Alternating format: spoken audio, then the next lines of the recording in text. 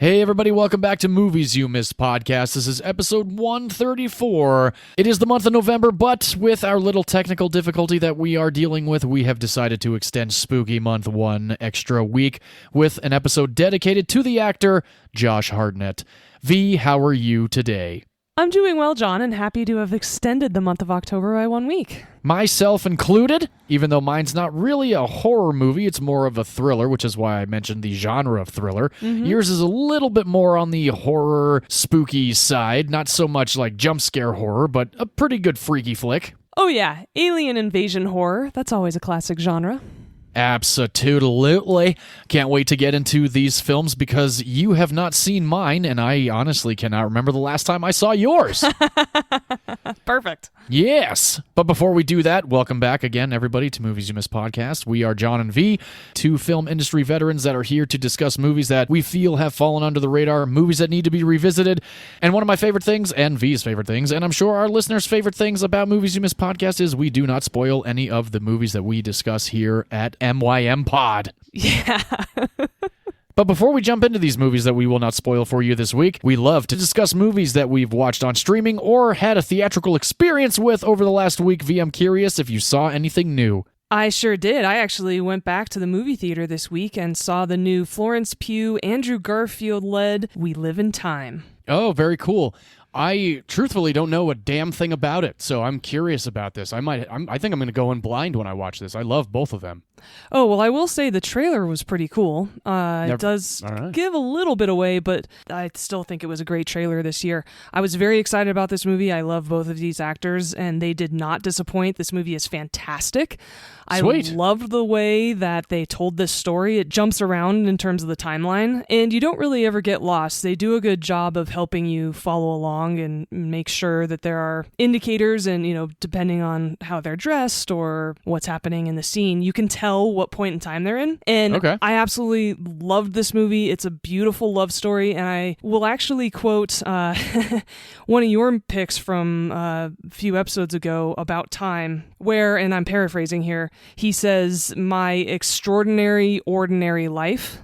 Oh, yeah. And I think that encapsulates this movie completely. It's just about two people and how they live their lives, and it was absolutely beautiful. I highly recommend it. It's going on my Movies You Can't Miss list this year.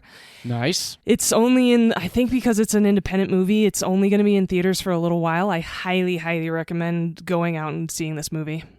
All right. Well, I've got a few days off in the next couple of days, so I very likely will check this one out. Like I said, I have not seen a trailer. I don't know anything about it except for what you just said. And I love Pugh and Garfield, and them together is a home run in my eyes. Oh, they were magic together. Great chemistry, too. Awesome. Yeah, so that's what I saw this week. And what did you see? Ho, ho, ho! Get ready, everybody. Buckle your seatbelts for this one. I actually wanted to see this movie in theaters. I saw the trailer, I think, 3 or 4 times. But I ended up streaming on HBO the new M. Night Shyamalan, Josh Hartnett-led Trap. Right. Yes, I felt trapped because this movie sucked so bad. I enjoyed 35 to maybe 50 minutes of it. And then there's one thing that happens, in my personal opinion, that made it completely tank for me. I just did not buy the last 45 minutes of it. I thought that when a certain moment in the movie happened, the movie was over. No, there was another 45 minutes in the movie left, and it just really took me out of it completely. Some of the acting was absolute garbage, including, my apologies to M. Night Shyamalan, his cameo was terrible. Josh Hartnett was good. I felt really bad for him. I do not recommend this movie at all. It is streaming on HBO if you care to waste your hour and 45 minutes, but I really don't think you should. If you've seen the trailer, you've seen the movie. Okay, well, that's really disappointing because I was excited to see Josh Hartnett in this thriller. I thought it had kind of an interesting premise, but I've heard from you and several other people who I trust that it is not a good movie. It's not a good movie at all. Okay, well, good to know. It's unfortunate for your time, but I'm glad at least now we have an opinion on it. Wonderful. Well, I'm glad we were both able to watch some new movies, whether that be on streaming or in a theatrical experience this last week. I'm very excited to get into these two movies because, again, I cannot remember the last time I actually watched your pick this week, and I know you have not seen mine, but we are both Josh Hartnett fans. So, Vee, why don't you take it away and tell us what film you picked this week for episode 134? Well, thank you, John. Yes, I am very excited to talk about Josh Hartnett. I am actually happy to talk about him any chance I get. As many of you know, he was the star of my pick for episode 5 at the very beginning of our podcast because I love him so much, and the movie that he starred in, Lucky Number 11, is one of my all-time favorite films. Such a great movie. Thank you, John. Yeah. I'm glad you love it as much as I do. And This week I picked the teen horror classic from 1998. This movie is peak 90s. Kids, the younger people who are listening to this podcast, if you want to know what it was like going to high school in the 90s, watch this film because I picked the 1998 classic with a pretty stacked cast, actually. It is called The Faculty. School's out for summer! That is such a good remix of that song. Yeah, it's not bad. Alice Cooper's original is the best, but I did not mind the remix at all. Yeah, so that actually kicks off one of my pieces of trivia, or at least things I love about this movie, the soundtrack. Fantastic soundtrack. Anybody over 30, short from 40 like us, give this soundtrack a listen on whatever music service you like to use because it'll give you some good nostalgic vibes. Absolutely. The Faculty takes place in a small town in Ohio, a big football town. And it is full of high school character tropes. We have the nerd who's always bullied, the jock, the football player who's the star quarterback, who's skating through life and everybody's treating like a god, the head cheerleader, the misanthrope who likes to hide from everybody. I love Stokely's character in this film. Oh, hell yeah. And, of course, the senior degenerate who has repeated the 12th grade, who, for some inexplicable reasons, so many girls love to chase after in high school. And ladies, let me tell you now, being many years post-high school, go ahead and flirt with him or chase after him in high school, but then leave him there in that high school experience once you graduate and go after real, actual men who are not felons or future felons. Absolutely. But yes, I love this film, and it stars a whole host of people, like I mentioned. First and foremost, of course, being Josh Hartnett, even though he is not topped billed. No, he's not. I don't think he was really much of anybody at this point. No, this was only his second movie. His first one was actually, his first ever credit was Halloween H2O. Oh my gosh, wow. Yeah. Look at that, JLC. Playing her son, actually, in that movie. Yeah. I actually have not seen Halloween H2O. I have never seen any of the other Halloween movies except for Halloween and Halloween Kills, which I drove out of the drive-in during. Because it sucked so bad. It sucked so bad. Yes, Josh Hartnett plays Zeke, the delinquent. He also stars in The Virgin Suicides, Here on Earth, which is a terribly bad teen rom-com starring Chris Klein and Lily Sobieski. Oh my gosh, that's so funny. When you said Here on Earth, I was like, the fuck is that? And then you said Lily Sobieski, and I'm like, oh my God. Yeah. I have not thought about that movie since I saw the trailer for it and never saw the movie. I watched it a couple times in my angsty early 20s. Okay. Of course, the masterpiece that is Pearl Harbor. Oh, for sure. But he also stars in your pick from episode 22, Black Hawk Down. Hell yes. Sin City, a movie you and I love. Oh, hell yes. He's so badass in that 7.5 minutes that he's in. Yes. He's in a horrendous movie, one of the worst movies I've ever seen, co-starring Harrison Ford, called Hollywood Homicide. Oh, he bites your tongue. I like Hollywood Homicide. That movie is so awfully awesome. It's so cool. I saw that like twice in theaters. I remember renting it on DVD. God. It's been one of those movies that I've always been like, I should own that one, but I never did buy it, probably because it does suck, but it's a lot of fun. Still it's a lot of fun. Some modicum of self-respect left. Maybe that's why as well. Yeah, I guess, yeah. Sorry, Josh, that movie is not good, but it's awesome. He's also in a series that was on Showtime for a few years called Penny Dreadful, starring Eva Green. I've never watched. Oh, God, it's so good. I heard it's a remake series because Penny Dreadful was back in like the 50s or 60s, wasn't it? I think it's also based on a book series. Don't quote me. But Eva Green, who plays Vesper Lind in Casino Royale, she's also stars in it. And another horror movie, which will be on my list in an October in the future, 30 Days of Night.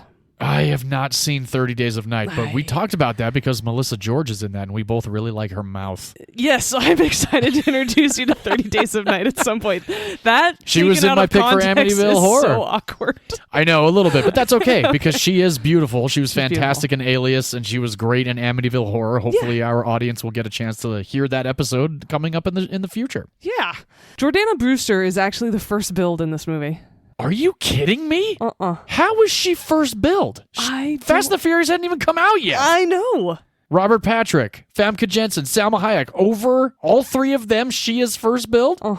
That is unreal to me. She plays the head cheerleader, the girl that I never would have been friends in high school with.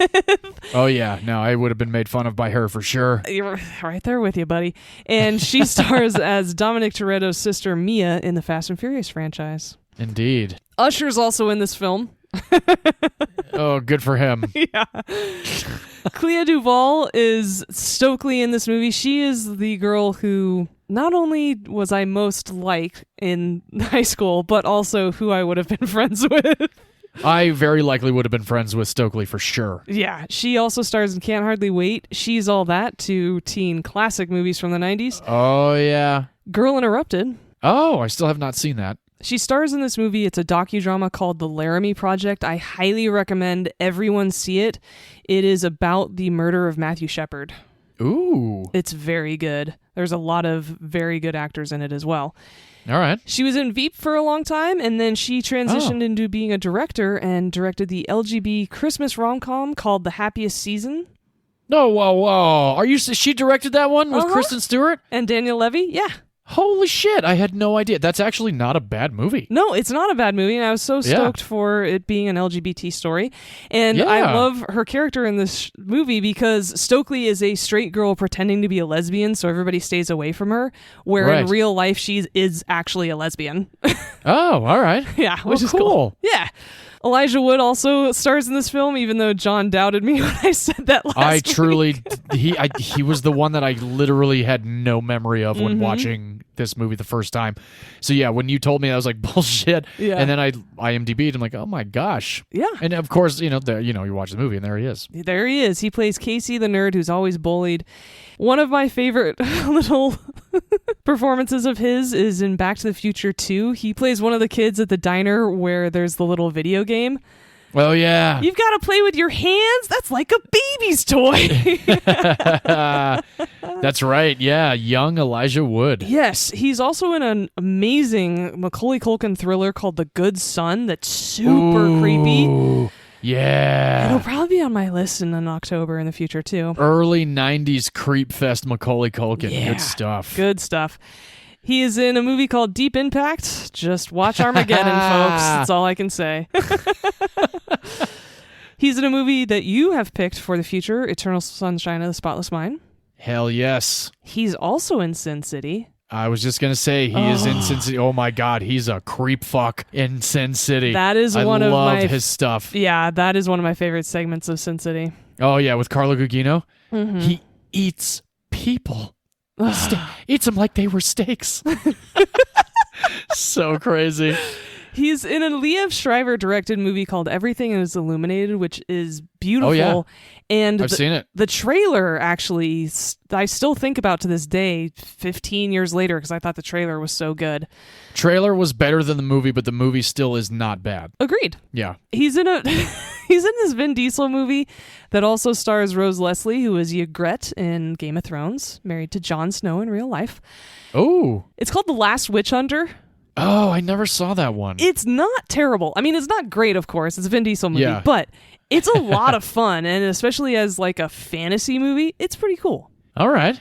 That's been on like a possible to watch list of mine, so maybe I'll move it to the watch list. Yeah, go ahead and do that. My dad introduced me to that movie years ago, and I enjoy it every time he has us revisit it. Oh, so you've watched it multiple times? I have, yeah. All right. I remember when it came out, and I was like, Vin Diesel, Fast and Furious, moving on. I know. But then at the same time, it was right around the time when A Man Apart came out, and I was like, oh shit, A Man Apart is fucking awesome. And I was like, Vin Diesel can actually act. Well, I wouldn't go that far, but he can be in movies other than Fast and Furious. No. Just a little off topic. Beyond Man Apart, he's in a movie called Find Me Guilty, where he plays a mobster. That movie is fucking awesome. Really? Oh, hell yeah. Yeah, that's a movie that some people should watch instead of just writing off because it's Vin Diesel. It's a pretty good fucking movie. Okay. And of course, Elijah Wood is in Lord of the Rings. No way. Who does he play? Frodo Baggins. That's right. Oh, Sam. Okay, so that is the cast of students. So now that I've set up who exactly is in this movie, we can get into the plot. It opens up with Casey being beat up. In such a way that nobody ever got beat up like that when I was in high school. But, hey, this was, again, the 90s, and I think everybody started to mature after, 2000, because Y2K actually never took place. I don't know. I still hear some pretty bad bullying these days. But, yeah, I think the physicality aspect has been transferred into now social media bullying, which is harder to get away from, I guess. Yeah, solid point. So after that takes place, we are also introduced to Stan, the star football quarterback, being coached by Robert Patrick. Oh, yeah. Who is the T-1000 in Terminator 2. Yes. So badass. And as I said, this is a very stereotypical school with Casey eating lunch out on the bleachers by himself. And as he's walking back to class, he notices a weird thing in the grass. He picks it up and brings it to Professor Furlong, the science teacher. And John, who plays Professor Furlong? Jon Stewart. That's right. That was hilarious. When he showed up, I was like, come on. Yeah. And Professor Furlong starts to examine this object and realizes that it's some sort of organism. A couple of the kids are there in the classroom, and one of them knocks over a glass of water, and it actually reanimates this thing that he's found. Yeah. Hey, did you catch the nod to your past pick? Yes, I did, and there's actually several of them in the movie, so I'm glad you caught that. Yes. It is accidental that I picked this right after the thing, but I really liked some of the connections we have between this movie and that one, so I'll definitely get into that in a little bit. Suffice it to say that this organism is then put in a tank of water, completely reanimates, and Professor Furlong is telling Casey that I think that you've discovered a new species. Yeah. Cut to a couple of the teachers interacting with each other, and some of them are starting to act a little weird, to a point where the football coach attacks the principal. Yeah. This movie actually goes 0 to 60 pretty quickly. Definitely. Right? And in the midst of finding this new organism, we actually see other scenes of people within the community as well as all of the faculty of this high school starting to act a little strange. And unfortunately, this behavior starts to spread amongst everyone. And it's not until a big chunk of the school staff, the citizens of this small town, start behaving completely opposite that they usually do, that these kids, Casey the nerd, Delilah the cheerleader, Zeke the delinquent, Stan the football player, and Stokely, the unpopular girl, all start to realize that something is really going on with their town. Yes. Thrown in with that is this poor new girl from Atlanta who has no idea what's going on and is completely dumbstruck as to how this whole community is behaving and how different it is from her hometown. And these kids actually start trying to fight whatever is going on.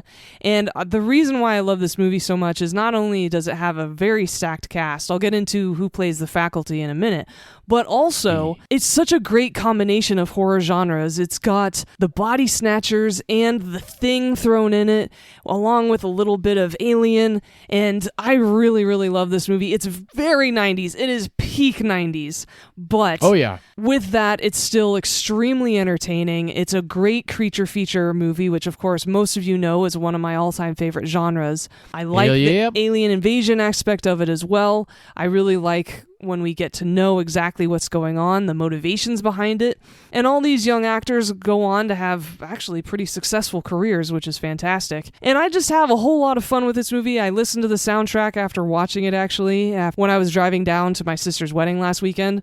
And so, yeah, I really hope that now that I've talked a little bit about the plot, I really hope that you enjoyed revisiting this movie. I absolutely did, yes. Thank God. Okay. I gotta be honest with you, I think it's been almost a 20-year gap since I last saw this movie. I did not remember Elijah Wood being in this movie. I did not remember Salma Hayek being in this movie. I did not remember Famke Jensen being in this movie. Yeah. There's a lot of people that show up throughout the hour and 40 minutes, and I'm just like, oh my gosh, oh what, no way, what? Like, just a lot of fun to see a lot of these actors in it. Famke Jensen, of course, is Jean Grey in the X-Men movies. Salma Hayek, an absolute treasure, as is Famke Jensen. And Robert Patrick, fantastic. Jon Stewart, just an all-around really great cast. And this film is actually one of Robert Rodriguez's big breaks into multi-million-dollar Hollywood movies. He came from El Mariachi and Desperado, and he jumped into this movie. And I remember the reason why I watched this movie. I'm not even going to lie. I think it was after I watched Sin City for the 9th time in theaters that somebody was like, "You've seen The Faculty, right?" I'm like, "No, what's that?" They're like, "Oh my God, it's his first big movie. You should check it out. It's got Josh Hartnett and so-and-so and so-and-so." I'm like, "Oh, cool. I'll check it out." And I sat in my apartment and I'm like, "Fuck yeah, this movie's badass." So I absolutely am a major fan of this movie. This actually being only the second time that I've seen The Faculty. So thank you for having me revisit this movie. It will be in my collection very soon. It's brutal. It's awesome. It's hilarious. There's so many eye roll moments, but not those eye roll moments where you're like, oh, please. They're just eye roll moments of like, oh, complete fucking 1999 or 1998. Exactly. And one of the biggest eye rolls for me is Josh Hartnett's fucking hair. Like, what the fuck? Like, who was like, oh, this is totally a great hairstyle for Josh Hartnett? The dude's so handsome, and he's walking around with that fucking mop of a haircut. Just looks so god-awful. But everybody else is great. Jordana Brewster was awesome. I loved Elijah Wood. I loved Clea Duvall. And literally everybody in the movie just really delivers, including not only Robert Patrick, but Bebe Neuwirth. Forgive me if I'm pronouncing your name incorrectly, but I love you in Frasier as Lilith, and love you in Jumanji as the aunt to Kirsten Dunst in Jumanji. And not only her, but Christopher McDonald shows up, and Piper Laurie. Just like such a great cast of people.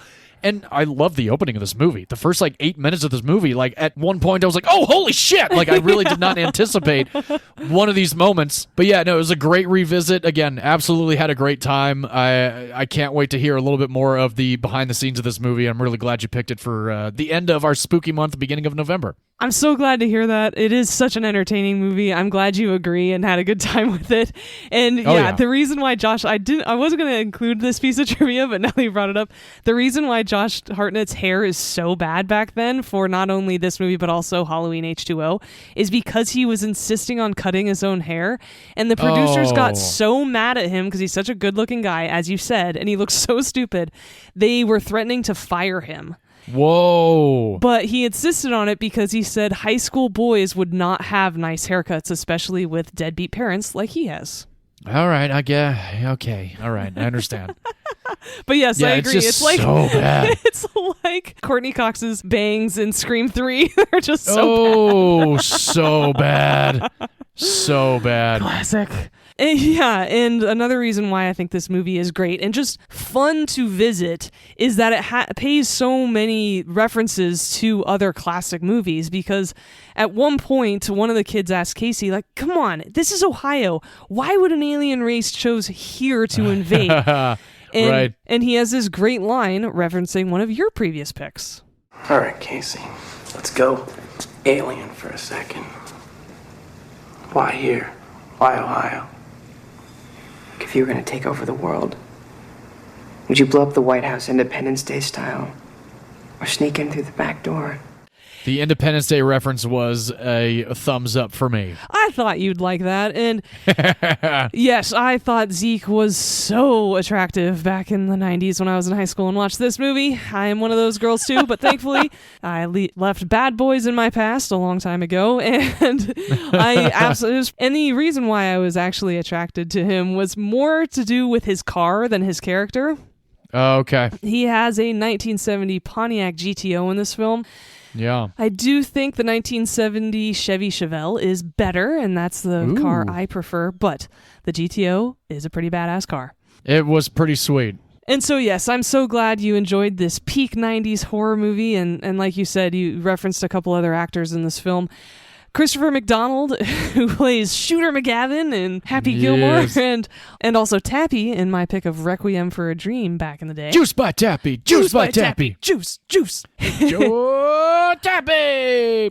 And he actually plays Elijah Wood's dad in this movie. Yes. And at one point, he actually wishes Robert Patrick's character of the coach good luck with the football game. And I don't know if you caught it, but Robert Patrick actually does a little shooting sign at Christopher McDonald. I saw it. Oh, yeah. Oh, yeah. Okay, cool. Definitely. And like you said, Salma Hayek is in this film. She had worked with Robert Rodriguez previously, and she has been in many of his movies. Oh, yeah. Like you said, Desperado, From Dusk Till Dawn, a movie I revisited with my sister Suzanne just in the last couple months. Still totally awesome. Hell yes. And I really love her in Savages. I know you don't really like that movie, but she is such a badass bitch in that movie. I don't even remember her in Savages. She was the head cartel leader. She's so cool. I mean, she's awful and evil, but she's cool. Yeah, I don't remember her in that. Oh, well, that movie is forgettable to you, I know. It is. I might revisit it because I am an Aaron Taylor Johnson fan now and a Blake Lively fan now, so I might have to revisit it. It's been a long time. I only saw it the one time in theaters. Okay. And Piper Laurie's in this film. She plays Mrs. Olsen.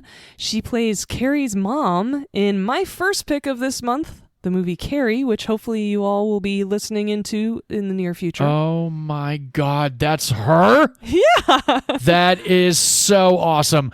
Watching this, I was like, okay, I know I've seen this woman before. Right. And it was fucking 4 weeks ago. Yeah, exactly. That is so cool. Yeah.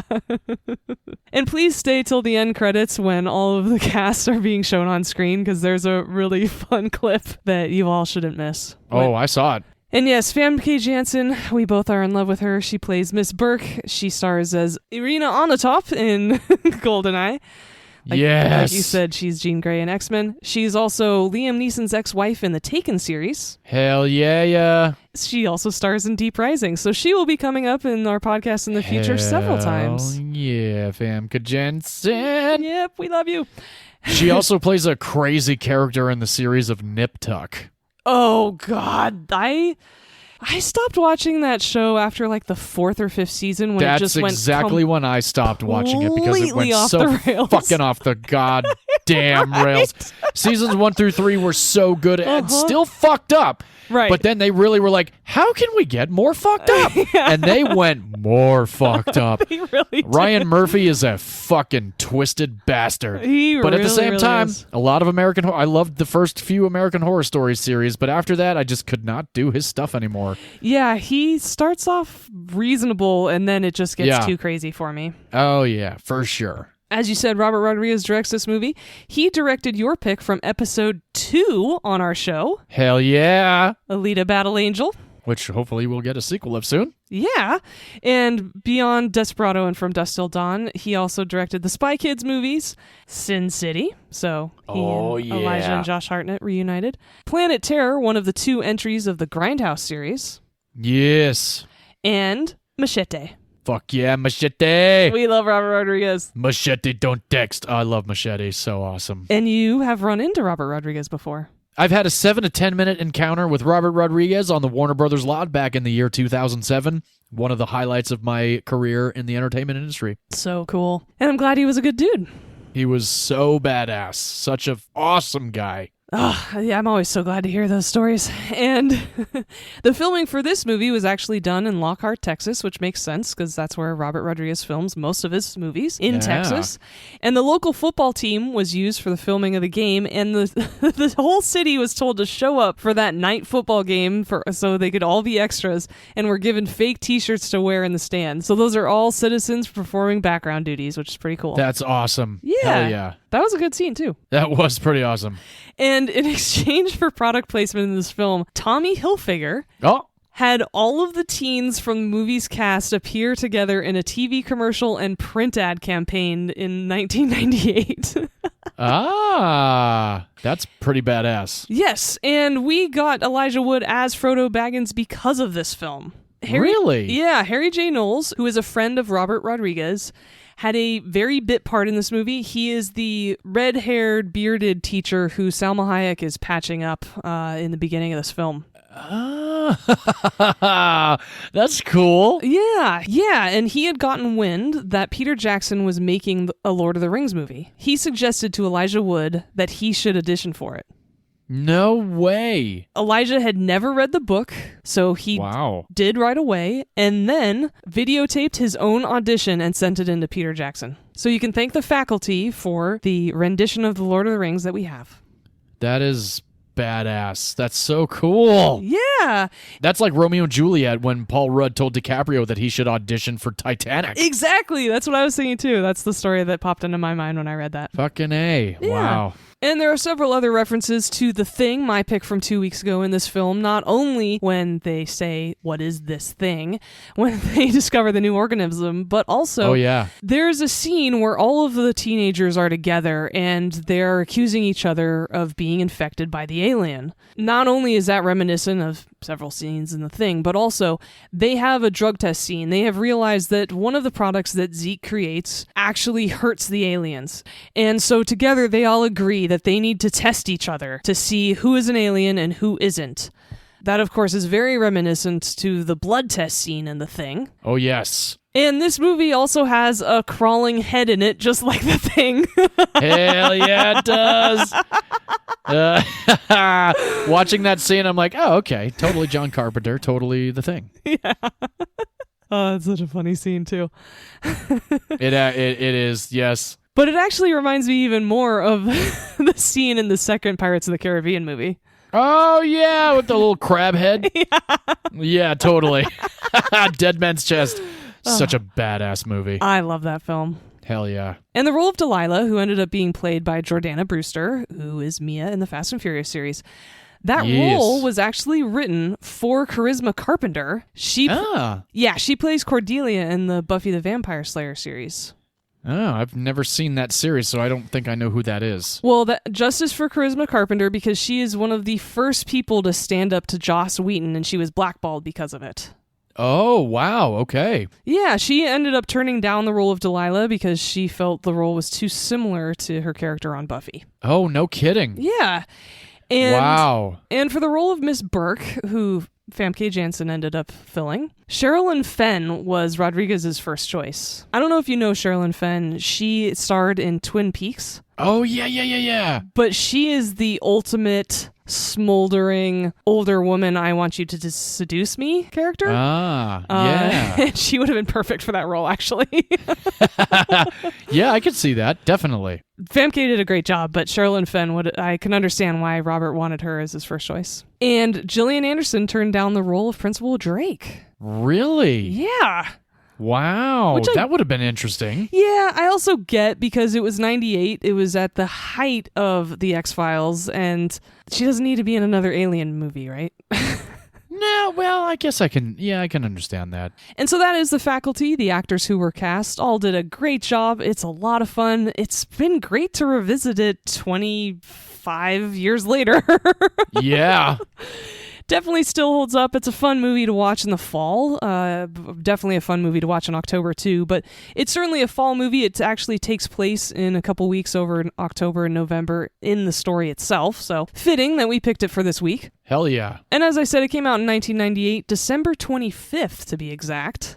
Really? It was a Christmas Day movie? Yeah. Which, okay. Hey, why not? And just like The Thing, it had a budget of $15 million. Whoa, very cool. Yeah. Worldwide, though, it did much better than The Thing. It made $40 million, and it also killed it in the DVD game. Awesome. This movie is currently considered a cult classic. I highly recommend you all watch it or give it a revisit. If nothing else, for the soundtrack, if you're a 90s kid, it's certainly worth your time, and you can watch it on either Paramount Plus or Pluto. I watched it on Paramount Plus. Great. Well, again, I'm so glad that you enjoyed revisiting this film. Oh, me too. It was a blast. Great. I figured that you would enjoy it, but I was a little bit nervous that you might find it too 90s. So I'm really glad it toes that line for you. Most definitely. Good. I'm glad. Well, that is my Josh Hartnett pick this week, and I believe it's time to not only turn the mic over to you, but change up genres a little bit. All right, let's do it. Let's jump in. This movie comes to us from 2004. This is actually a remake from a writer named Gilles Memoigny. Now, forgive me if I'm pronouncing that name incorrectly. The original version of this film is called L'Appartement. This film opens up with us meeting Matthew. He is a young executive in the advertising game, and we meet him early on as he's looking at engagement rings.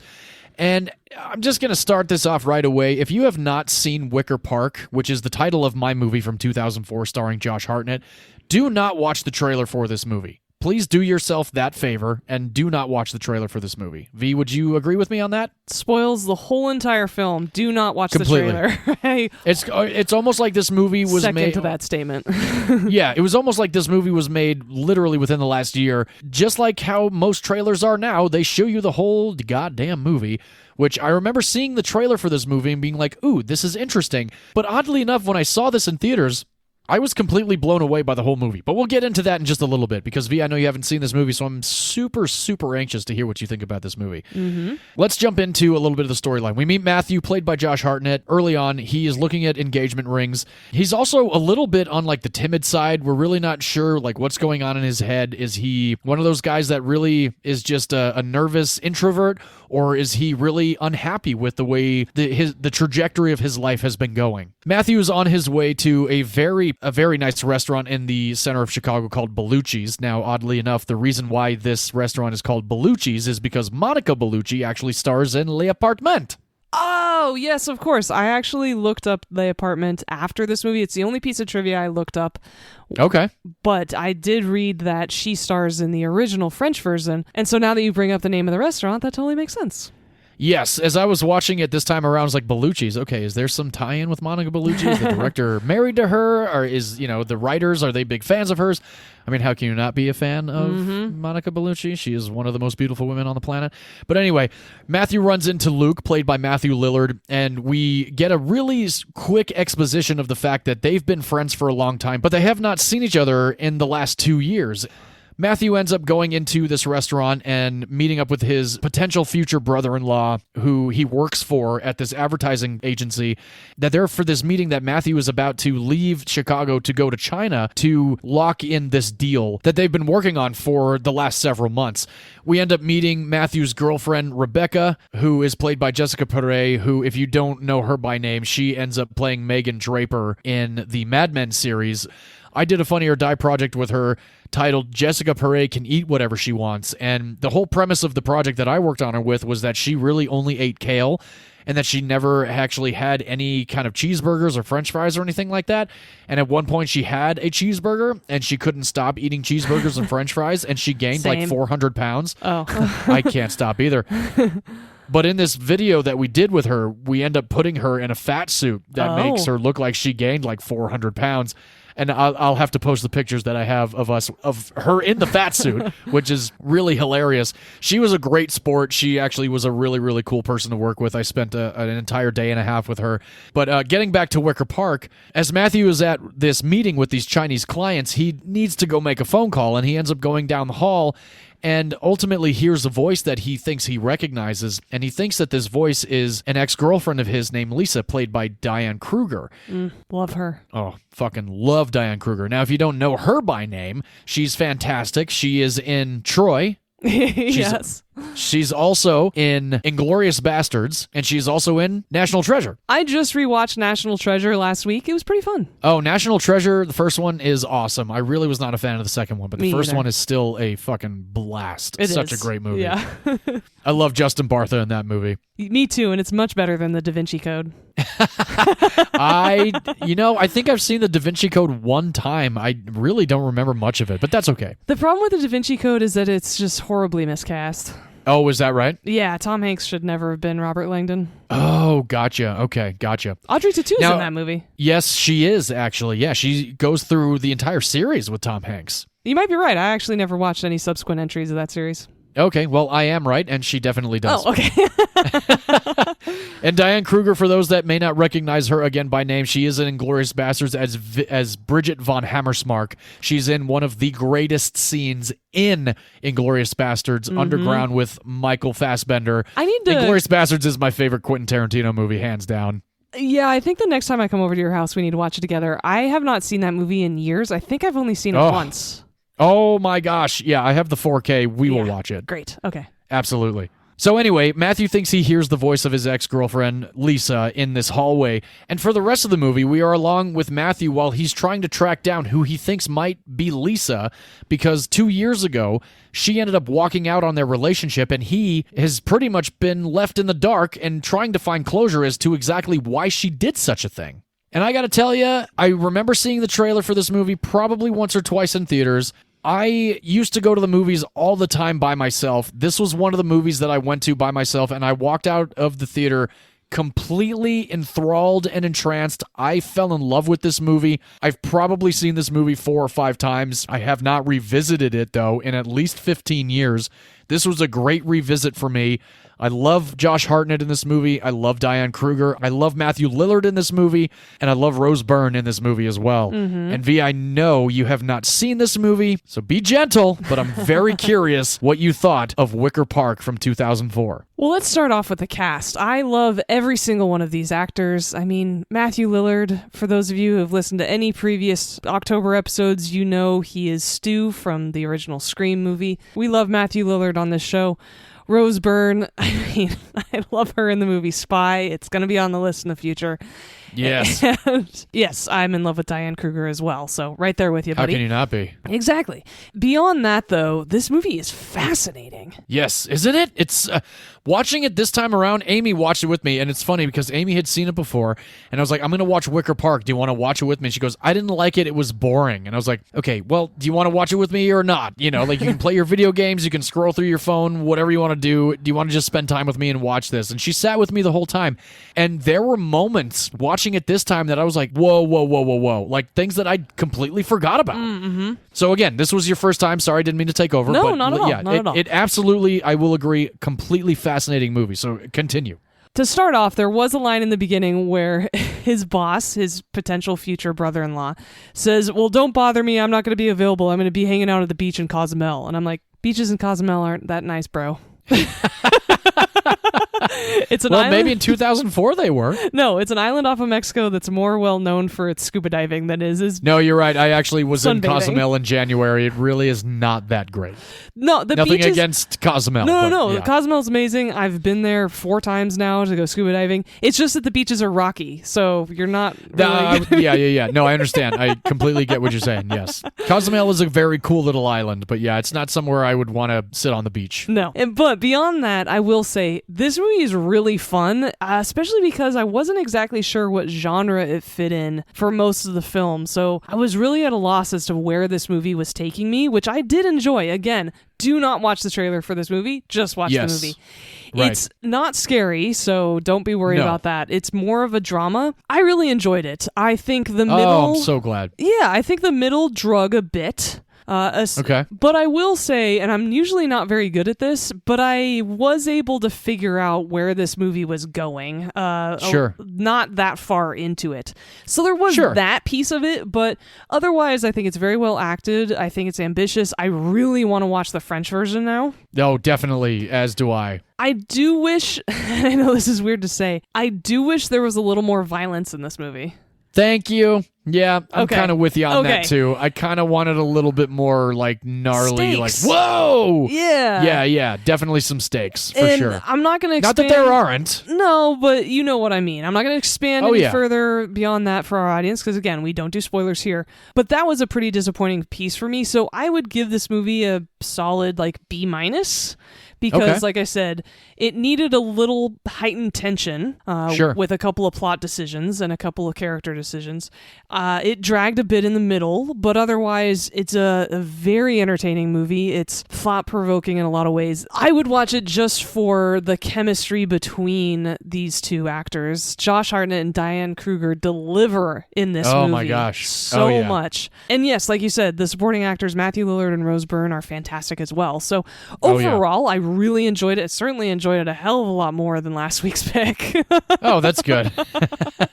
So yes, I would recommend it. I don't know how often I'd watch it. Again, like I Sure. said, because I feel like there's a couple of key missing pieces.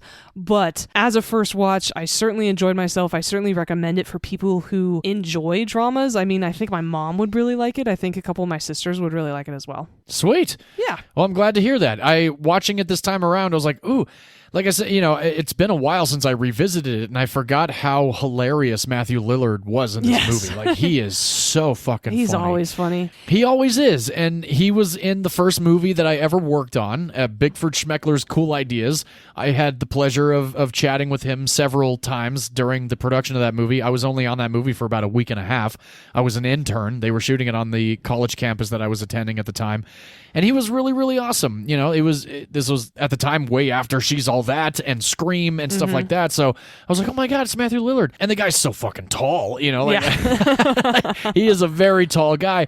But he's really funny in this movie, and he completely plays the best friend fantastically. Josh Hartnett, it's so funny to think like back when I was a younger guy and be like, oh, Pearl Harbor, like 2001, I think was Pearl Harbor. I'm like, oh, everybody loves Josh Hartnett. Josh Hartnett's a good fucking actor. He delivers in just about every movie that he's been in. Even if it's a bad movie, he gives a good performance. Right, yeah. And watching Wicker Park this time around, I was like, is this a bad movie that just has a great cast? I was like, no, it's not. This movie's actually really good. It's very well structured. The way that things start to come together, the puzzle pieces start to, find each other, really are intricately woven, and I really like the way that Paul McEwen really directed this movie. Again, editing is great. The editing's fantastic. The chemistry between Hartnett and Kruger is amazing. Even between Lillard and Byrne, like, just fantastic. There's moments where you're like, okay, I buy these people. I really can relate to everything that's going on screen. And I really liked that about it. And the soundtrack to this movie, like the lyrics to a lot of the songs that are used are like, ooh, they're really intricately woven. Like, it's a very well put together movie. This movie actually had a budget of $30 million. Jesus Christ, that's I know, too you much. think about that. It's so much, but I gotta say, when I was doing the research, I was like, this was probably like a $15 to $20 million budget. But practical locations, Chicago, right? You have Josh Hartnett, who had just come off Pearl Harbor, very well-known actor. Rose Byrne was starting to come about. Matthew Lillard had been around for a while. Diane Kruger starting to make her way through the scene as well. Just, it makes sense, and... It still doesn't make sense.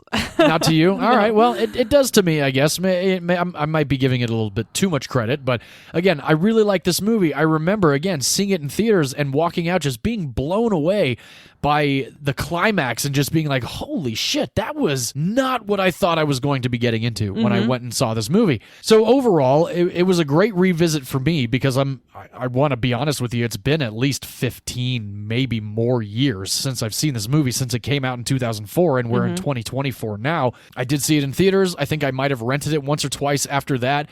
But it's been one of those movies also that I'm like, is this a movie I want to own? And like you said, how often would you revisit a movie like this? Yeah. And I get it. I think it's one of those movies that is a revisit every maybe 10 years. It's like you forget certain things, and that's how it was for me this time around. Like, certain things were coming to light on screen, and I was like, oh my gosh, wow, oh wow.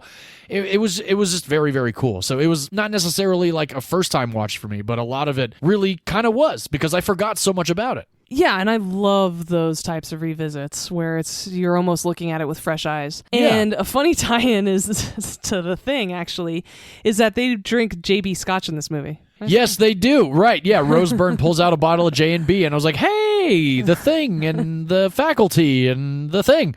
Yeah, that was pretty cool. Now I really got to get a bottle of J&B and see what it's all about. So good. I'm glad that you enjoyed it. I'm glad it wasn't something that you were disappointed that you spent your time with. No, not at all. I'm glad that maybe you in the future would revisit it. It's definitely a revisitable movie. And for all of those people who are bemoaning Hollywood for not coming up with anything original, only doing remakes and sequels, watch this movie. Yeah, This right? feels very original. Absolutely. Yeah, completely. So I think next time you're here or I'm there, we'll have to watch L'Appartement. Yes, and Inglourious Basterds. See what the difference is. And absolutely, watching Inglourious Basterds 100%. Josh Hartnett was not the first actor that was in consideration to play Matthew. Paul Walker was actually in talks to play Matthew I could totally at see one that. point. Oh, I totally could too. Which is funny However, because Jordana Brewster was in my film. I know. Interesting. Yeah, a little Fast and the Furious tie-in. Mm-hmm. The reason why Paul Walker could not do this movie was because of his contractual obligations to do Too Fast, Too Furious. Ugh, God, that's too Yeah. bad because that I movie's know. terrible. Yeah, Too Fast, Too Furious is not very good.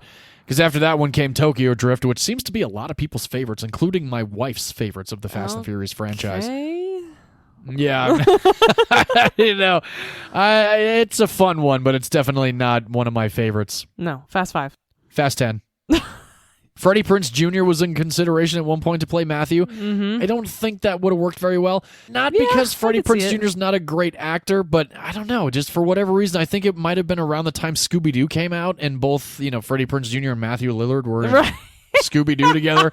I just don't think I could have taken this movie as Disconnected. seriously, as I did, the first time around in theaters, and even this time around. Because again, as funny as Matthew Lillard is, his character still has a lot of humanity, and he's not so goofy. No, he's not goofy at There's all. a lot of great dialogue. There's a lot of great exposition on Luke that I really enjoyed, and I thought that Matthew Lillard he really knocked it out of the park in this movie. Yeah, people don't give him enough credit because he's remembered for a lot of his goofy roles, including, in a lot of ways, Scream, right? He's the class clown in Scream as well. But he's actually a very good actor. He is, definitely.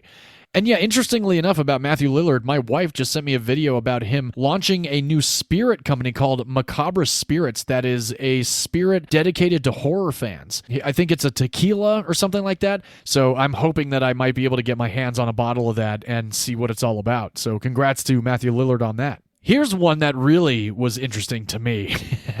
Joel Schumacher was attached at one point to direct Wicker Park with an actor that you and I both love. He won an Oscar very recently for his portrayal of a very overweight man, and he is in one of the greatest 1999 films that ever came out. Brendan Fraser. Yeah, Brendan Fraser was attached to play Matthew at one point in this movie. I would have loved him as Matthew. That would have been so good. I think that would have been pretty awesome too, especially in 2004, right? Yeah. Nothing against now Brendan Fraser. I still want to see more of him, but that would have been a completely interesting little situation having Brendan Fraser in this movie. But no to Joel Schumacher at all. You think so? He made Batman and Robin. No, absolutely not. So what? His movies are No, I know. ridiculous and full of explosions, and Wicker Park is neither of those things. No, yeah, that's very true. Very, very true. He's done a lot of crazy, interesting movies, but I got to tell you, I actually liked The Number 23, and I thought Phone Booth was pretty good. And Bad Company with Chris Rock and Anthony Hopkins I thought was a lot of fun, too. The episode of How Did This Get Made about The Number 23 is better than the movie The Number 23. That is actually a great episode. He also directed Batman Forever, which is my favorite Batman movie before the Nolan Batman movies. Yes, I love that movie. I am so glad you picked it previously, but Bad Movies Rule did an episode about that movie, which I sent to you. It's a very entertaining episode. Oh, yeah. And they brought up a lot of very good points about that movie, and it I really haven't does listened to kinda that one yet. suck. Does it? No, well, then I'm not going to listen to it because I'm going to live in my cloud of loving Batman Forever. The movie is just ridiculous, and I think the number one thing that they brought up that I just completely agree with is how horribly miscast Two-Face was. Oh, see, I thought Tommy Lee Jones was awesome as Two-Face. If you actually read the comic books and watch Batman the Animated Series with Two-Face in it, he played it like Joker instead of playing it like Two-Face, who's an incredibly serious villain. He just did not play it the way that character's personality is actually played. And it's like they said, Tommy Lee Jones basically took that role for a paycheck, didn't do any research whatsoever, and really did, look at Aaron Eckhart's portrayal of Two-Face. Sure. Super serious, right? Yeah. And so the competition of silliness between him and Jim Carrey, instead of this juxtaposition between a serious villain and a silly villain, I think would have been much better. So yeah, they brought up some really good points. I was like, damn it, they're right. It is a bad movie that we love. All right, fine. Well, maybe I'll listen to it. Maybe I won't because I do love Batman Forever. But, at the same time, it's a lot of fun to listen to people just trash a movie that you love because you're like, oh my God. Similar to How Did This Get Made with Van Helsing recently when they re-released that episode. Absolutely fantastic. Yes, you do. Don't lie to me. I love watching it with you because it's exactly. hilarious. So you love that movie. It's great. We have a great time watching it. And Jason Mantzoukas just, oh my God. It's a great fucking episode. Yeah. But let's get back to our episode sorry. of Wicker Park. We're not that's doing okay. ourselves any favors by talking about other podcasts here. No, not at all. Even though we do love How Did This Get Made with Paul Scheer, Jundan Rivil, and Jason Mantzoukas. Hopefully one day you and me, or maybe just myself, will be on that podcast. I fully support you going on that podcast since they've covered movies you've worked on. I know. This December is going to be the campaign of Movies You Miss podcast getting on How Did This Get Made. So anyway, let's get back into Wicker Park. Beyond Joel Schumacher and Brendan Fraser being attached, Renee Zellweger and Reese Witherspoon at another point or another were attached to play Lisa in this movie. I don't think I could see either one of them. No. I am not the biggest fan of either one of them. I respect them, but I'm still like, no. I've never been a fan Diane of Kruger Renee Kruger was the right choice in my Yes, opinion for agreed. this movie. Especially because she plays a mysterious character and Yes. she has that air about her. Yes, she does. Big time. Mm-hmm. This movie came out on September 3rd of 2004. Again, I mentioned it had a $30 million budget. Hey, you picked a movie not from 2006 or 2007. I'm so proud of you. Oh, but just wait until we get into the breakdown of the highest grossing movies of 2004. I have done a lot of them anyway. And you know what, V? So have you. I'm guilty too. Yes, 2004 was a good year. On a $30 million budget domestically, Wicker Park brought in $13 million. Oof. I know. When I went and saw this in theaters, I think there might have been 15 other people in the theater. And this was back when movie theaters had like a 200 to 300 auditorium seating theater. Now they're a lot smaller. So this was a bit sad. The worldwide box office, though, a whopping $21.7 million. Oh, man, bummer. Yeah, did not make its money back. Very sad, and I don't even actually know how it did on DVD sales or VHS rentals or anything like that, because I remember when it came out and I had asked so many people, did you ever see Wicker Park? Did you ever see Wicker Park? And people were like, what's that movie? And I'm like, oh man, that's too bad. That's horrible to hear. Because 2004 actually did have a lot of really intensely good movies. Now let's break down the year 2004. The highest grossing film domestically of 2004 was Shrek 2. That's very, very unfortunate. I actually think it's a superior sequel. Yeah, I know. A lot of people do. I don't. Number 2, though, was Spider-Man 2, which I thought was fantastic. The Tobey Maguire Spider-Man 2 with Alfred Molina as Doc Ock. Also a superior sequel. And Donna Murphy as Mrs. Doc Ock. Oh, we love her too on this show. Oh, hell yeah, we do. The third highest grossing film, Passion of the Christ. The fourth highest grossing film, Harry Potter and the Prisoner of Azkaban, the third in the installment of the Harry Potter movies, which a lot of people think is superior. Now, granted, I really like that one, but Goblet of Fire, number 4, is my favorite because that's actually the first one I ever saw. Mm-hmm. Fifth highest grossing film, The Incredibles. Yes. The sixth highest grossing film, V, a past pick of yours, Day After Tomorrow. Ooh, disaster movie. Yeah. The 10th highest grossing film domestically, National Treasure, which we have been talking about kind of on and off. Uh-huh. The 12th highest grossing film of 2004, Troy, starring Orlando Bloom, Eric Bana, Brian Cox, Peter O'Toole, Diane Kruger, and Rose Byrne. Oh, so those two were in another 2004 movie together. Yes, they were. The 16th highest grossing film, V, a favorite of yours and mine, Van Helsing. We were just talking about it. Yes, we were. The first to kill a vampire in over 1,000 years. The 18th highest grossing film, V, a past pick of yours, Dodgeball. Yes, and I just want our audience to know one of the reasons why we love Van Helsing is because whenever I go over to John's house, I do one of two quotes. I either do "Goodbye, my friends" from Galaxy Quest when I leave his house, or when they open the door, I yell out, "Mariska!" from Van Helsing. So good. My neighbors are probably like, who the fuck is Mariska? I know. Do John and Amy have a wife we don't know about? Exactly. Is this an LDS situation? Oh, God. Yes. So that's one of the reasons why we love Van Helsing. Oh, of many reasons why we love Van Helsing. Yeah. Also the pilgrim hat.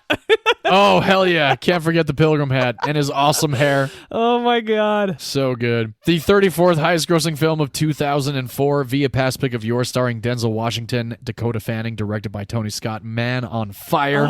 One of my all-time favorite films. Great, great movie. 37th highest grossing film, John Travolta and Joaquin Phoenix in Ladder 49. I like that movie. Very I guess forgettable. I might need to just rewatch it because I remember loving it in theaters. I haven't watched it in a long time. Number 38th highest grossing film of 2004, a must-watch for me every Christmas season, starring Tim Allen and Jamie Lee Curtis and Tom Arnold. Christmas with the Cranks. Never saw it. Oh, it's awesome. It's so awesomely bad, but it's awesome. The 40th highest grossing film, Marlon Wayans and Damon Wayans in White Chicks. A movie that you're going to make me watch in the future. Yes, indeed. The 41st highest grossing film of 2004, starring Nicole Kidman, Jude Law, Renee Zellweger, Brendan Gleeson, Cillian Murphy, and Ethan Suplee, Cold Mountain. Oh, God, another terrible accent movie. The 48th highest grossing film of 2004, a past pick of mine on our very first Father's Day episode, starring Ewan McGregor, Big Fish. Such a good film. It is. It's great. The 50th highest grossing film, a film directed by Guillermo del Toro, starring Ron Perlman, Doug Jones, John Hurt, Hellboy. Yes. There are things that go bump in the night, and we are the ones that bump back. One of my favorite lines in that movie. 53rd highest grossing film, the Zack Snyder remake of Dawn of the Dead, which you have not yet seen, but you will soon. Okay.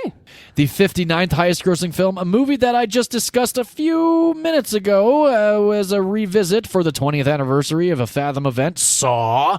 76th highest grossing film, a past pick of mine very recently, starring Sean Penn, Kevin Bacon, Tim Robbins, and Lawrence Fishburne, directed by Clint Eastwood, Mystic River. And Marcia Gay Harden. And Marcia Gay Harden and Laura Linney, can't forget them either. Nope. God, such a good film. Wonderful film. The 80th highest grossing film, a movie directed by Oliver Stone, starring Colin Farrell, Angelina Jolie, Jared Leto, Anthony Hopkins, and Val Kilmer. A movie that I think me and 4 other people liked. Alexander. I think you're right on those numbers. I think I am too. And coming in at number 139, scratching the top 150 highest grossing films of 2004, my pick for this week, Wicker Park. And if you care to watch Wicker Park, if you have not seen it, it is streaming on Apple TV or Amazon Prime. You can rent it for $3.99. I watched it for free on Tubi. Awesome. Well, fantastic. V, I'm curious, though. Would you watch The Faculty with your grandmother? Oh, yeah. My dad's mom, for sure. As I've discussed a couple times this month, including with The Thing, I think this would be right up her alley. Fantastic. I would watch it with my mom, my dad now. There's no sex in it. You know, there's teenage hooligans, but it's a pretty tame movie. I'm actually surprised it's rated R. These days it wouldn't be. Oh, yeah. I completely agree with you. It would be PG-13 these days. Yeah, so anybody like 15 and above could totally watch this film. Definitely. And John, would you watch Wicker Park with your grandma? I don't think my grandmother would like it, honestly. I feel like she would be a little bored with it. Okay, I see that. Yeah. But I think anyone over 17, just because I think, actually, funny enough, I think they would find it boring otherwise any younger. Oh, yeah, completely. Well, that was a lot of fun. I'm really glad, V, that you enjoyed my pick, and I had a great time revisiting yours. Good. And we are big Josh Hartnett fans. And one thing I actually did not mention is that Josh Hartnett is in Christopher Nolan's masterpiece of Oppenheimer from last year. Yes, he is. He has now made a resurgence onto the acting scene. He purposely took about 10 years off and now is back to acting, and I'm so happy he's back. As am I. I remember when I saw him for the first time in Oppenheimer, I'm like, oh my God, that's Josh Hartnett. Yes. He was awesome in Oppenheimer. Fantastic. So good. Glad you agree. All right, well, jumping into next week, everybody that has been with us from the beginning, you know we like to jump into comedies or Disney movies after our month of October, and it looks like we're going to go with SNL alumni films. So if you are ready, get ready for Wayne's World, Party Time, excellent! That's my pick for next week. V, what is your pick next week? Because we're doing SNL alums, I too picked a hilarious comedy. This one from the 80s, actually. I am picking a Ghostbusters film. Oh, all right. Love them Ghostbusters. Who you gonna call? Ghostbusters! Thank you guys again for joining us for episode 134. That was a blast discussing Josh Hartnett films. Can't wait to jump into the SNL alumni films next week and discuss the films that we have seen on streaming or in theaters. Very much looking forward to it. So again, please do rate, review, subscribe. We are on Twitter, Facebook, Instagram, TikTok, all the social medias. Please interact with us. But before all of that happens, we love to close down our episodes with film as a form of art. And in all art, all opinions are valid, except if you think it's not a blessing that Josh Hartnett has returned to acting. Ooh, I like that, because it absolutely is. Yeah, it's really good to have his talent back on the scene. Completely agreed. Nice. All right, we'll see you guys next week. Cheers, everybody. Bye-bye.